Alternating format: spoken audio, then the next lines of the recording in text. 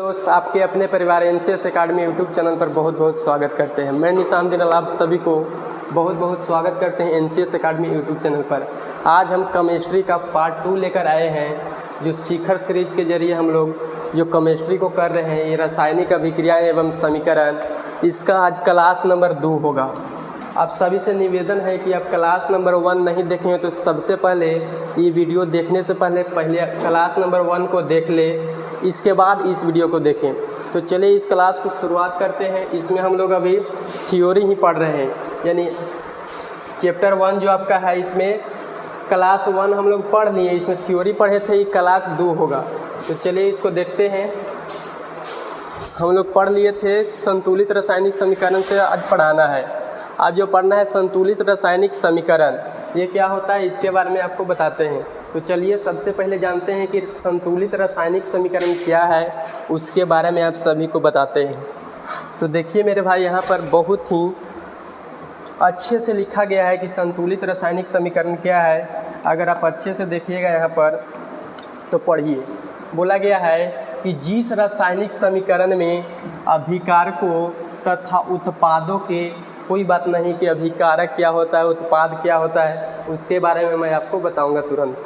तो सबसे पहले पढ़िए एक लाइन कि जिस रासायनिक समीकरण में अभिकारकों तथा उत्पादों के प्रत्येक तत्व के परमाणुओं की संख्या समान होती है, उसे क्या कहेंगे, तो संतुलित रासायनिक समीकरण कहते हैं। यानी कि जिस रासायनिक समीकरण जो रहेगा उसमें अभिकारकों तथा उत्पादों के प्रत्येक तत्व के परमाणुओं की संख्या क्या रहे, तो समान रहे। परमाणुओं की संख्या क्या रहे, तो समान रहे, उससे क्या कहेंगे मेरे भाई, तो उसे कहेंगे संतुलित रासायनिक समीकरण। जैसे हम बताते हैं, जैसे यहाँ पर देखिए, यहाँ पर आपको बता रहे हैं, यहाँ पर ले लेते हैं मैग्नीशियम और इसको अभिक्रिया कराते हैं ऑक्सीजन से। जब हम ऑक्सीजन से कराएंगे तो ये बनता है 2MgO बनेगा। समझिएगा बात को, बहुत ही अच्छे से इसको समझना है।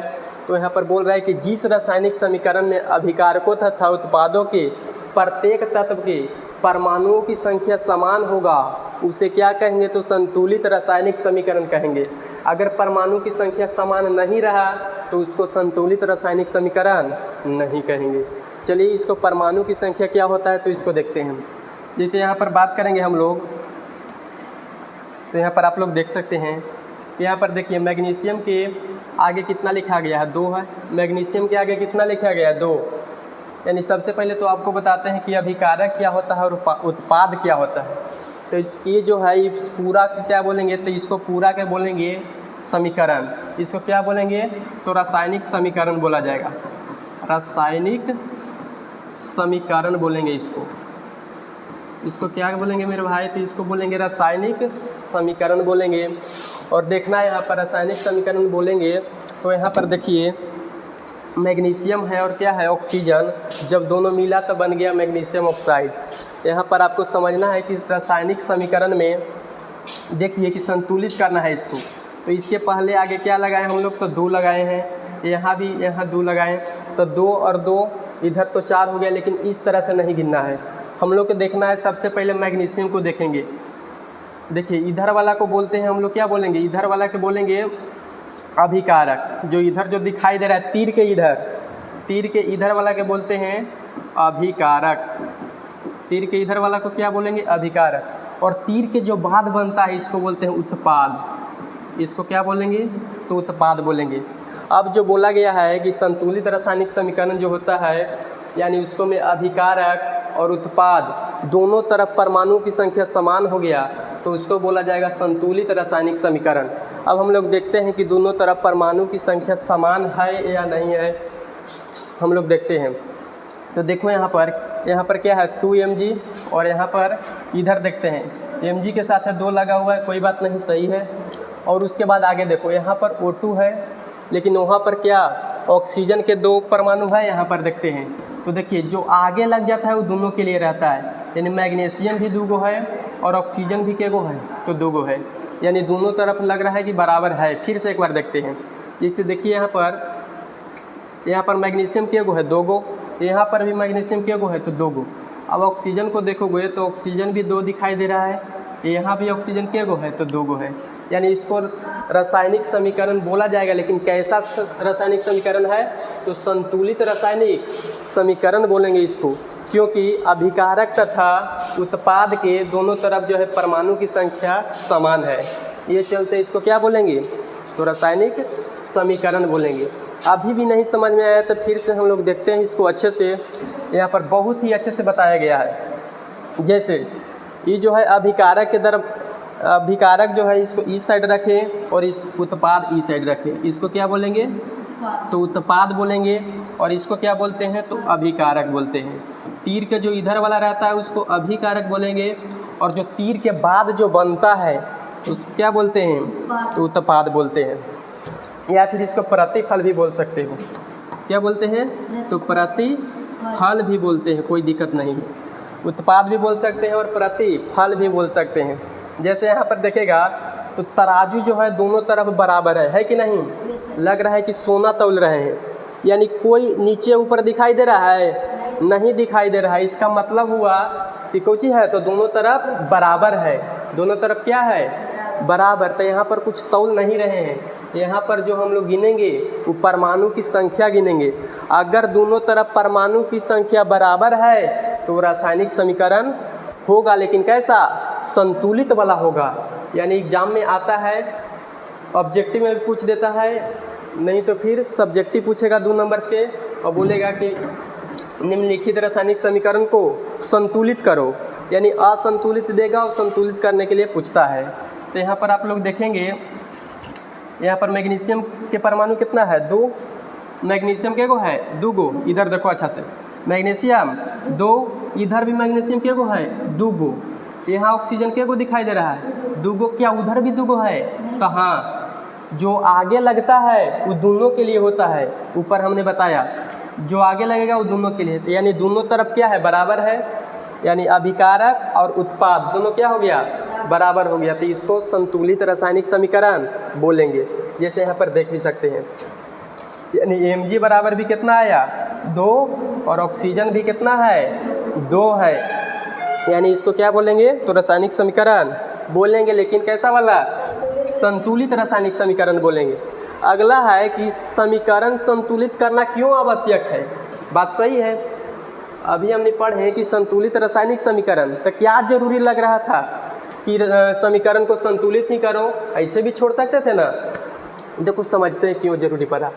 तो एक नियम है, क्या है? द्रव्यमान संरक्षण का नियम। द्रव्यमान संरक्षण का नियम एक होता है, इनको चिंता है जी? इनको पहचानता है? नहीं। तो इनका नाम जो है एंटोनी लवोजियर है। क्या है?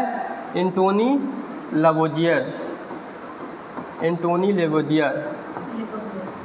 ये क्या किए थे? कुछ तो किए होंगे ना। तो ये जो है द्रव्यमान संरक्षण का नियम दिए हैं। द्रव्यमान संरक्षण का नियम दिए हैं। कौन दिए हैं? एंटोनी लवोजियर। एंटोनी लवोजियर ने दिए हैं द्रव्यमान संरक्षण के नियम। यही बताए थे कि समीकरण संतुलित करना क्यों आवश्यक है। तो यहाँ से एक नियम निकलता है जिसका नाम क्या है? तो द्रव्यमान संरक्षण का नियम। बहुत बार एग्जाम में पूछा गया है द्रव्यमान संरक्षण का नियम। सबसे पहला तो पूछेगा द्रव्यमान संरक्षण का नियम किसने दिया? तो बोलेंगे एंटोनी लवोजियर ने दिए। देखो ये बोले एक बात कि किसी भी रासायनिक अभिक्रिया में कुल द्रव्यमान सदैव स्थिर रहता है। किसी भी रासायनिक अभिक्रिया में कुल द्रव्यमान क्या होगा? सदैव स्थिर होता है। अभी समझ में नहीं आ रहा होगा, कोई बात नहीं, आगे देखना। बोल रहा है कि न तो द्रव्यमान उत्पन्न होता है और न ही कौची होता है? नष्ट। नहीं हम द्रव्यमान को उत्पन्न कर सकते हैं और न ही नष्ट कर सकते हैं। अभी समझ में नहीं आया होगा ना, कोई दिक्कत नहीं। देखो हम समझाते हैं। बताओ कि जल कैसे बनता है? जल कैसे बनेगा? जल बनेगा कैसे? जब हाइड्रोजन और ऑक्सीजन मिलेगा तब कौन सी बनता है? जल बनता है। ये सबके पता है। तो देखो हम बताते हैं। मान लो कि हाइड्रोजन 10 ग्राम है। कितना ग्राम? 10 ग्राम लिए हैं। और मान लो कि 80 ग्राम ऑक्सीजन ले रहे हैं। 80 ग्राम ऑक्सीजन ले रहे हैं। हाइड्रोजन 10 ग्राम और 80 ग्राम ऑक्सीजन। अब बताओ ये दोनों को जब हम मिलाएंगे, ये दोनों को मिलाएंगे तो क्या बनेगा? जल बनेगा। अरे हम हाइड्रोजन को और ऑक्सीजन को मिलाएंगे तो क्या बनेगा? जल बनेगा। जब जल बनेगा तब बताओ जो जल बनेगा ये कितना ग्राम के रहेगा? 90। बहुत अच्छा। 80 ग्राम ई है और 10 ग्राम ई है तो कितना ग्राम हो जाएगा? 90 ग्राम। यानी कुल द्रव्यमान जो होगा जल के कितना ग्राम होगा? 90 ग्राम होगा। यही बात बोल रहा था कि ना तो द्रव्यमान को उत्पन्न किया जाएगा और ना ही नष्ट किया जाएगा। कहीं पर नष्ट हुआ है? देखो अच्छा से, 10 ग्राम हाइड्रोजन मिलाया था, 10 ग्राम हाइड्रोजन और 80 ग्राम ऑक्सीजन। अब जब दोनों को मिलाया गया तो किसका निर्माण हुआ? तो जल का निर्माण हुआ। अब जो जल के निर्माण हुआ मेरे भाई समझना कि जो जल कितना बन गया, तो इसका कुल द्रव्यमान कितना हो गया? कुल द्रव्यमान कितना है? 90। कुल द्रव्यमान जो हो गया इसका 90 ग्राम हो गया। तो इसका मतलब हमने समझे कि नहीं हाइड्रोजन लॉस हुआ नहीं ऑक्सीजन लॉस हुआ, यानी दोनों को जब मिलाएं तो दोनों जुड़ जाता है और जुड़ने के बाद कितना बन गया? तो 90 ग्राम बन गया। जैसे एक और एग्जांपल लेते हैं, मान लो विलियन के एग्जांपल लेते हैं। मान लो कि पानी में क्या किया है? पानी में तुम चीनी को घोर रहे हो, चलो चीनी के नहीं घोरो, छोड़ो, इसका ही एक अलग एग्जांपल लेते हैं। जैसे मान लो आपकी हाइड्रोजन कितना लें? हाइड्रोजन मान लो कि आपकी बोलते हैं कि ले लो तू 100 ग्राम। कितना ग्राम? 100 ग्राम ले लो। और ऑक्सीजन लेते हैं कितना ग्राम? तो 150 ग्राम ले लो। कितना ग्राम? 150 ग्राम। अब जब ये दोनों को हम मिलाएंगे, ये दोनों को मिलाएंगे तो किसका निर्माण होगा? हाइड्रोजन और ऑक्सीजन को मिलाएंगे तो किसका निर्माण होगा? बहुत अच्छा, जल का निर्माण होगा। तब बताओ जो जल का द्रव्यमान होगा वो कितना होगा? यानी बताया गया कि जो जल का द्रव्यमान होगा वो दोनों को जोड़ देना है, यानी द्रव्यमान को ना ही उत्पन्न करेंगे ना ही नष्ट करेंगे, यानी जैसे है वैसे ही रहेगा। यहाँ से 100 और यहाँ से 150 कितना हो जाएगा? 250 ग्राम हो जाएगा कि नहीं? यानी 250 ग्राम जल का कुछ हो जाएगा तो द्रव्यमान हो गया। समझ गया कि द्रव्यमान संरक्षण का नियम क्या था? कोई दिक्कत? सबसे पहला बात कि द्रव्यमान संरक्षण का नियम किसने दिया? तो एंटोनी लेबुजियर ने दिया। और ये क्या कहें? तो बोले कि ना तो द्रव्यमान को उत्पन्न किया जाता है और ना ही नष्ट किया जाता है। एग्जाम में आए कि द्रव्यमान संरक्षण का नियम लिखे तो क्या लिखेगा? बोलेगा कि नहीं द्रव्यमान को उत्पन्न किया जाता है और नहीं नष्ट किया जाता है, बल्कि वहाँ तो समझो कि ऊर्जा वाला में अलग रूप में बदलते हैं, लेकिन इसको ना ही उत्पन्न करेंगे और ना ही कुछ करेंगे, नष्ट करेंगे। चलो बस इतना याद रखना है। अब चलते हैं हम लोग आगे। आगे आने के बाद अब लोग सिखाते हैं कि जो रासायनिक समीकरण है उसको संतुलन करना तो आवश्यक हुआ, क्योंकि जो द्रव्यमान होता है वो क्या होता है? तो दोनों जो द्रव्यमान बनेगा वो क्या रहेगा? तो कुल द्रव्यमान ना ही नष्ट होगा और ना ही उत्पन्न होगा। ये चलते जो है समीकरण को संतुलन करना आवश्यक पड़ा। तो यहाँ पर हम लोग समझते हैं कि किस तरीके से समीकरण को संतुलित करेंगे, यानी रासायनिक समीकरण को संतुलित करने की विधि, यानी कोई ना कोई तरीका तो होना चाहिए ना, तो उस तरीका के बारे में समझते हैं। तो सबसे पहले आपके पास क्या होना चाहिए दोस्त? तो सबसे पहले असंतुलित रासायनिक समीकरण होना चाहिए, तब ना उसको संतुलित करेगा। अरे पहले कोई ना कोई सवाल देगा तब ना, तब पहले आपके पास होना चाहिए असंतुलित समीकरण, ठीक ना। उसके बाद समझना अगर हमारे पास असंतुलित समीकरण आ गया तो उसके बाद क्या करेंगे? परमाणु गिनेंगे, यानी परमाणु क्या करेंगे? गिनेंगे। जैसे देखो गिन रहे थे, शुरू में ही बताए थे, अभी अच्छा से समझ में नहीं आया होगा, कोई दिक्कत नहीं। यहाँ पर परमाणु गिन रहे थे कि नहीं? इसको क्या करेंगे? परमाणु को गिनेंगे। उसके बाद देखो क्या करना है, गिनने के बाद पता चल जाएगा हमको कि अभिकारक में कितने परमाणु है और उत्पाद में कितने परमाणु है, यानी प्रतिफल में कितने परमाणु है। उसके बाद क्या करेंगे? तो गुणांक लगाएंगे। क्या करेंगे? गुणांक लगाएंगे। सर नहीं समझ में आया, नहीं समझ में आया तो यहाँ पर देखो, गुणांक लगाने का मतलब जो यहाँ पर लगा है आगे दू लगा हुआ है ना, इसी को कौची बोलते हैं, तो गुणांक, यानी गुणा में लगाएंगे कौची, जो गुणांक रहेगा, मान लो 2 लगेगा कि 3 लगेगा, उसको वहाँ पर लगाना है। उसके बाद लगाने के बाद जांच करेंगे, ऐसी नहीं छोड़ देना है।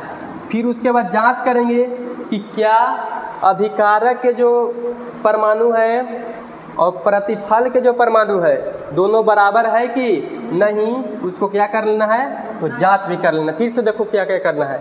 सबसे पहले आपके पास असंतुलित रासायनिक समीकरण होगा, उसके बाद परमाणु गिन लेना, उसके बाद गुणांक लगाना है, यानी गिनने के बाद कि इधर 2 लगेगा कि उधर 4 लगेगा, वो अपने से समझना है।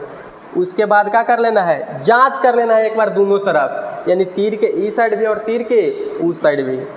चलो यहाँ पर देख लो, जैसे यहाँ पर दिया गया है, ये जो है असंतुलित रासायनिक समीकरण है। क्या है, असंतुलित, मतलब ये संतुलित नहीं किया गया है, इसको संतुलित किया गया है। यहाँ पर देखो, जैसे यहाँ पर देखेगा, देखो कैसे न संतुलित, कैसे पहचानेंगे, कोई तरीका होना चाहिए ना कि काहे न संतुलित है। तो देखो एफी यानी के गो है, एफी के गो है, एगो, एफी के गो है, एगो, यहाँ पर देखेगा तो के गो है, 2 गो है ना, 2 गो। तो एफी में तो दिक्कत हो गया, यानी इधर के गो था 1 और इधर के गो हो गया 2 गो। चलो बहुत बड़ा दिक्कत है कि नहीं, इधर 1 इधर 2 बर्दाश्त होगा, नहीं होगा बर्दाश्त, यानी दोनों तरफ बराबर होना चाहिए। अब ऑक्सीजन पर नजर गड़ावो तो के गो दिखाई दे रहा है, ऑक्सीजन इधर के गो 2 गो, कोई बात नहीं। और यहाँ पर देखो ऑक्सीजन के गो है 3 गो, यानी बहुत बड़ा गड़बड़ है कि नहीं। इधर एफी के गो, एफी किसको बोलते हैं, लोहा के ना, ये लोहा है, क्या है, लोहा, इसको क्या बोलेंगे, तो लोहा बोलेंगे। देखो अब लोहा जब ऑक्सीजन से मिला तो क्या बना, उधर छोड़ो, चलो FeTO3 बना। देखो यहाँ एफी के गो एगो और यहाँ क्या गो ऑक्सीजन 2 गो, लेकिन यहाँ ऑक्सीजन क्या गो है 3 गो है और यहाँ 2 गो, तो इसे होगा नहीं, लेकिन उसके बाद भी जोड़ना रहता है। अब इसको जोड़ेगा तो क्या गो हो जाएगा, क्या गो, दोनों एक में नहीं जोड़ेंगे, अलग अलग। देखो इधर 2 गो, इधर क्या गो हो गया 3 गो, इधर 1 और इधर क्या गो 2 गो, यानी बहुत गड़बड़ है। अब इसको देखते हैं क्या करे पड़ेगा से।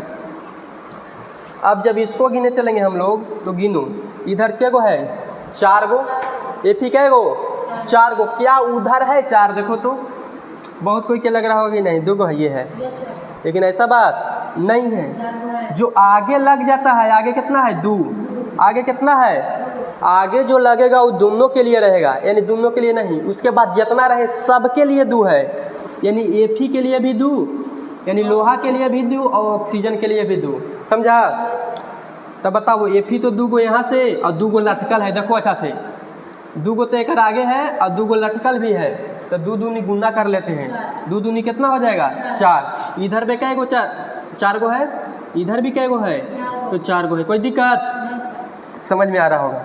इधर भी क्या गो 4 गो और इधर भी 4 गो, अभी तो कोई दिक्कत नहीं है। चलो इधर ऑक्सीजन के गिनो, तो अभी बताएं जो आगे लगता है और जो लटकल रहेगा उसको हम गुना कर देंगे, नहीं गुना कर लो, 3 दूनी कितना हो जाएगा 6, 3 दूनी 6 हो जाएगा ना। चलो इसको देखो तो ये कितना हो जाएगा, ये भी 3 दूनी कितना हो जाएगा 6 हो जाएगा, होगा नहीं। अब जोड़ेगा भी तो जोड़ेगा तो ऐसे तो यहाँ पर सही हो जाएगा, जोड़ेगा तो क्या हो जाएगा 4 गो, इधर भी ऐसे करेगा 2 और 2 के गो 4 गो हो जाएगा, 2 और 2, फिर इसको गिने जाएगा तो 3 और 2 कितना 5 करेगा, तो अगर 5 हो जाएगा इधर भी और 5 हो जाएगा इधर भी, जैसे कर लो, लेकिन तरीका हो जाएगा गलत, ठीक ना, आगे जाएगा फिर दिक्कत हो जाएगा। चलो अब सीख गया कि समीकरण को संतुलित कैसे करना है, तो लगा के देखना है कि 1 लगेगा कि 2 लगेगा, यहाँ पर बनाया गया था उसको हम समझा दिए। चलो अब देखते हैं कि कैसे कैसे होगा, यानी कैसे इसको बनाया गया। देखो तो सबसे पहले तत्व को अंग्रेजी में बोलते हैं एलिमेंट, क्या बोलेंगे एलिमेंट। ये अभिकारक होता है, यानी LHS left hand side, left hand अभी बताए थे कि जो इधर वाला होता है इसको कुछ ही बोलते हैं अभिकारक, और जो इधर वाला होता है उसको उत्पाद या फिर उसको प्रतिफल भी बोल सकता है।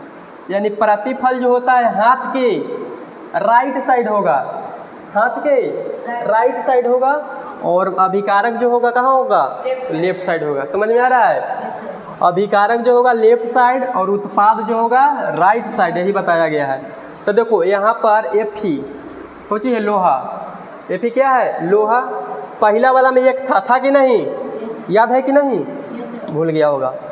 यस पहला वाला में क्या गो था? एगो है कि नहीं? पहला में एगो था, लेकिन यहाँ पर जब देखेगा तो देखो कैसे होता है। पहला में एगो और दूसरका में ऑक्सीजन क्या गो मिल रहा था? दूगो मिल रहा था। चलो ठीक है, यहाँ भी देखो ऑक्सीजन है, क्या गो मिला था? दूगो। क्या गो मिला था? दूगो। और इधर साइड 3 गो। तो देखो क्या किया है, जब हम पूरा जोड़ेंगे इसको समझ नहीं रहा होगा ना? समझ रहा है? इसको देखना है यहाँ पर जो अभी बताए ना, इसको जैसे एक देखेगा तो पहला वाला में एगो ऑक्सीजन के गो? दूगो। लेकिन इधर क्या गो था? 3 गो। और यहाँ पर क्या गो है? यहाँ पर Fe 2 गो। अब देखो इस समझ में आवे चाहे नहीं, इससे कोई दिक्कत ना है, बस समझा रहे हैं। ऐसे तो पहले हमने समझ ही लिए हैं, लेकिन देखो क्या होता है। यहाँ पर क्या गो है? एगो।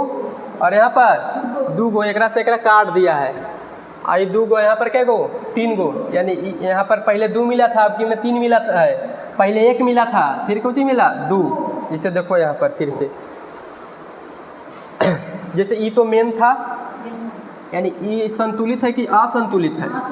असंतुलित है। असंतुलित। चलो, और ये क्या है? तो संतुलित किया गया, यानी सही है और ऊपर वाला गलत है, संतुलित। ठीक है ना? अब देखो यहाँ पर देखा कि Fe क्या गो है? एगो ना, लेकिन यहाँ पर 2 गो दिखाई दे रहा है ना? और यहाँ पर 3 गो। ठीक, अब यहाँ पर देखेगा तो क्या गो हो गया? 4 गो हो गया। अब इधर भी 4 गो है, 2 नहीं 4, चाहे फिर 2 यहाँ 2 यहाँ, क्या गो हो गया? 4 गो हो गया। लेकिन इस तरह से नहीं करना, देख रहा है ना? 6 लिखा है, यानी गुना करना होता है। 2 नहीं 4। अब देखो बताएं कि जो आगे लग जाता है वो दोनों के लिए रहेगा। यानी ऑक्सीजन यहाँ तो 2 गो हो गया, और 2 और 3 कितना हो गया? 2 3 कितना हो गया? 6। और इधर भी 3 दूनी कितना हो गया? 6, यानी दोनों तरफ बराबर। इधर वाला के बताओ तो क्यों चीज बोलते हैं? अभिकारक कि उत्पाद? अब ये बता, इधर वाला के क्या बोलेंगे? अभिकारक बोलेंगे। और इधर वाला के क्या बोलेंगे? उत्पाद बोलेंगे। क्या दोनों तरफ बराबर हो गया परमाणु की संख्या? तो हो गया, यानी इसको बोला जाएगा कि संतुलित रासायनिक समीकरण है। कोई दिक्कत नहीं? कोई दिक्कत होगा 2-3 बार हमने समझ ली। चलो अगला एग्जाम्पल लिया है। ये क्या बनाया? ये क्या है? हाइड्रोजन। ये क्या है? हाइड्रोजन। जब हम हाइड्रोजन में जल मिलाएंगे, हाइड्रोजन में जल मिलाएंगे तो क्या बनेगा? शुरू में ही बोले थे जल नहीं, ऑक्सीजन मिलाना है ना? हाँ, ऑक्सीजन मिलाना है। जले मिला देगा तो फिर तो बड़ा दिक्कत हो जाएगा ना? फिर तो ये क्या हो जाएगा? जल। क्या हो जाएगा? जल। जब हम हाइड्रोजन को ऑक्सीजन से अभिक्रिया कराते हैं तो क्या बन जाता है? तो जल बन जाता है। लेकिन जल यहाँ पर देखेगा तो संतुलित रासायनिक समीकरण नहीं हुआ है। कैसे ना हुआ है इसे देखते हैं। यहाँ पर हाइड्रोजन क्या गो दिखाई दे रहा है? 2 गो। क्या यहाँ पर भी 2 गो है? ठीक बात है, हाइड्रोजन में तो कोई दिक्कत नहीं है। लेकिन जब ऑक्सीजन को देखेगा तो 2 गो दिखाई दे रहा है, लेकिन इधर बेचारा अकेले है एगो, तो दिक्कत हो गया ना? यानी इसको संतुलित बोलेंगे? क्या बोलेंगे? असंतुलित बोलेंगे। क्या बोलेंगे? असंतुलित समीकरण बोलेंगे। समझ रहा है? फिर से बता रहा है, इधर वाला के अभिकारक और उधर वाला के प्रतिफल यानी उत्पाद। देखो अब इसको संतुलित किया गया। क्या किया गया? संतुलित। आगे 2 लगा दिया। क्या लगाया? 2। अगर 2 लगाया तो देखा कि इधर 2 लगाते हैं तो उधर क्या होता है? नहीं, ये को हम बताते हैं करके, देखो उसके बाद अच्छा से समझ में आएगा। ऊपर क्या था देख लो एक बार। H2 प्लस कौन चीज़ है? O2। H2 प्लस O2 यहाँ पर दिखाई देगा। H2 और प्लस क्या है? O2। जब हम दोनों को मिलाया तो कुछ बन गया? जल बन गया, यानी H2O दे दिया है खाली, यही ना? देखो कैसे करना होता है। मान लो कि हाइड्रोजन के पहले हम 1 लिखते हैं, हाइड्रोजन के पहले 1, तो फिर भी तो 1 लिखेगा तो उतने ना रहेगा, तो 1 नहीं लिखेंगे, 1 नहीं लिखेंगे। चलो 2 लिख के देखते हैं। चलो 2 लिखा तो 2 दूनी क्या हो गया? 4 गो हाइड्रोजन। इधर 4 गो है, तो 4 को बनावे ला क्या करे पड़ेगा? एक आगे 2 लिखे पड़ेगा। तो जब 2 लिखेगा तो 2 दूनी कितना हो जाएगा? 4 हो जाएगा ना? Yes sir. 4 हो जाएगा। चलो हाइड्रोजन में कोई दिक्कत नहीं। ऑक्सीजन देखो क्या गो है, 2 गो। उधर साइड देखते हैं, हाइड्रोजन 2 गो है। Yes sir. हाइड्रोजन नहीं, सॉरी, ऑक्सीजन। ऑक्सीजन है 2 गो। Yes sir. हाँ चलो, तो खाली 2 लगाने से पूरा हो गया संतुलित। जैसे देखो यहाँ कौन चीज़ है 2H2 और यहाँ कौन चीज़ हो गया O2। जब ये दोनों को मिलाया तो क्या बन गया 2H2O। यानी इसको बोला जाएगा कि संतुलित है, संतुलित है, संतुलित समीकरण हो गया, संतुलित समीकरण। समझ में आ गया? Yes sir. अब आ गया होगा। अब तो कोई दिक्कत ही नहीं है। चलो अगला देखते हैं एक और एग्जाम्पल, यानी दिक्कत पर दिक्कत। चलो गिन लेते हैं। इधर Zn क्या गो है, देखो तो Zn मतलब जिंक, एगो। क्या गो है, एगो। चलो इधर गिन के बताओ क्या गो है, एक एगो। बहुत अच्छा, यस सर। कोई दिक्कत नहीं। चलो HCl के गिनते हैं, क्या गो है जी, एगो है ना।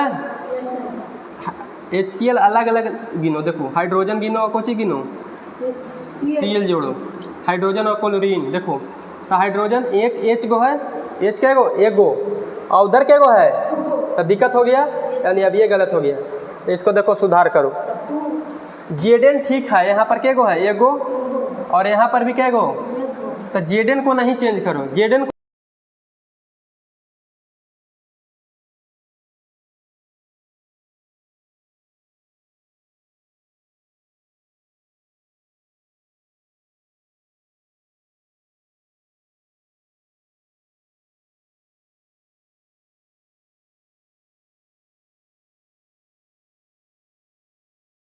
क्लोरीन इधर भी क्या गो हो गया, 2 गो, कोई दिक्कत ना है। फिर देख लो फिर से एक बार मिला के सब, Zn एगो, इधर भी Zn एगो, कोई दिक्कत नहीं। हाइड्रोजन 2 गो, हाइड्रोजन 2 गो, कोई दिक्कत नहीं। Cl क्या गो है, 2 गो है, इधर भी